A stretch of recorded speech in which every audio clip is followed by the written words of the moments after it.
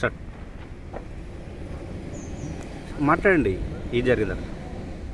నార్కట్పల్లిలో కాంగ్రెస్ కార్యకర్తలు separate function hall పెట్టి function hall Dokuri function హాల్లో డబ్బులు పంచుతుండగా డబ్బులు ఎందుకు పంచుతున్నారని నిలదీసినందుకు నా పైన దాడి విశేషరహితంగా పిడిగుద్దులు గుద్దుతూ వెనకకెళ్ళి గుద్దుతూ తల మీద కొడుతూ విపరీతంగా దాడి చేశారు. మొత్తం ముక్కు అంతా పగలగొట్టారు. మొత్తం లోపల ఇంజ్యూర్ కావడం జరిగింది.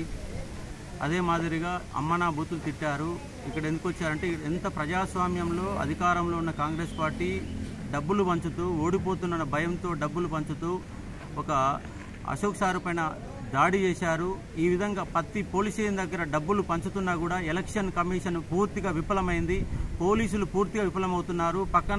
బూత్ పక్కనే డబ్బులు పంచుతున్నా కూడా అడ్డుకునేవారు కూడా ఎవరు కనబడతలేరు. ఇది ప్రజాస్వామ్యమా ఇంకేటనేసి అర్థం కాని ఒక పరిస్థితి.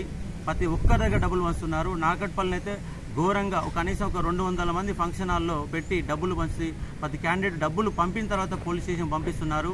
ఇదేంటని ప్రశ్నించేందుకు నా పైన విపరీతం విశిక్షణరహితంగా కొట్టడం జరిగింది. ఇప్పుడు నేను నార్కట్పల్లి నా ఫోన్ మొత్తం పగలగొట్టారు. ఇంకో ఫోన్ లాక్కున్నారు. అలా ఆడ జరుగుతున్న ఇన్సిడెంట్ తీసి మరో క్యాండిడేట్ నాతో పాటు వచ్చినటువంటి శ్రీకాంత్ రెడ్డి పైన అంగి చింపేశారు. మొత్తంగా అంగి చింపి విపరీతంగా ఆయన పైన దాడి చేశారు. కుర్చీలు లేవట్టి విపరీతంగా కొట్టారు. నార్కట్పల్లి పోలీస్ స్టేషన్ ముందు పోలీస్ స్టేషన్ కాడికి వస్తే పోలీసుల నుంచి కనీస స్పందన కరువైనది. జస్ట్ అప్లికేషన్ తీసుకున్నారు కానీ ఎస్ఐ గారు చెప్తే ఎస్ఐ గారు కూడా కనీసం ఇటువైపు కూడా రావడం లేదు. ఇక్కడ ఏఎస్ఐ గారేమో కంప్లైంట్ ఇచ్చి వెళ్ళిపోండి అని చెప్పేసి నిర్లక్ష్యంగా మాట్లాడుతున్నారు. కనీసం పోలీసుల నుంచి కనీస స్పందన కూడా కనబడతలేదు. ఇది ప్రజాస్వామ్యమా? అసలు ఓటింగ్ ఎమ్మెల్సీ ఓట్లు పట్టభద్రులు పాల్గొనే ఎన్నికల్లో కూడా డబ్బులు పంచుతున్నారు. పోలీసుల నుంచి కనీస స్పందన కూడా నాకు ఇక్కడ కనబడతలేదు.